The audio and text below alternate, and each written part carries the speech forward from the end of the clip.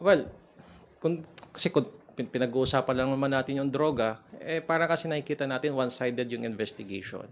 And wala naman po tayong nakukuhang credible testimony or information uh, being said by this dismissed PDEA agent. Kung pag-uusapan lang naman natin yung droga, bakit di na tayo patawagin si Las Cañas o si Asierto? No, I can recommend them to be part of this investigation and we'll see. Kasi itong mga taong to, alam naman natin na naging bahagi na to ng investigation noon pa. At sila po ay may mga dokumentong pinipresenta.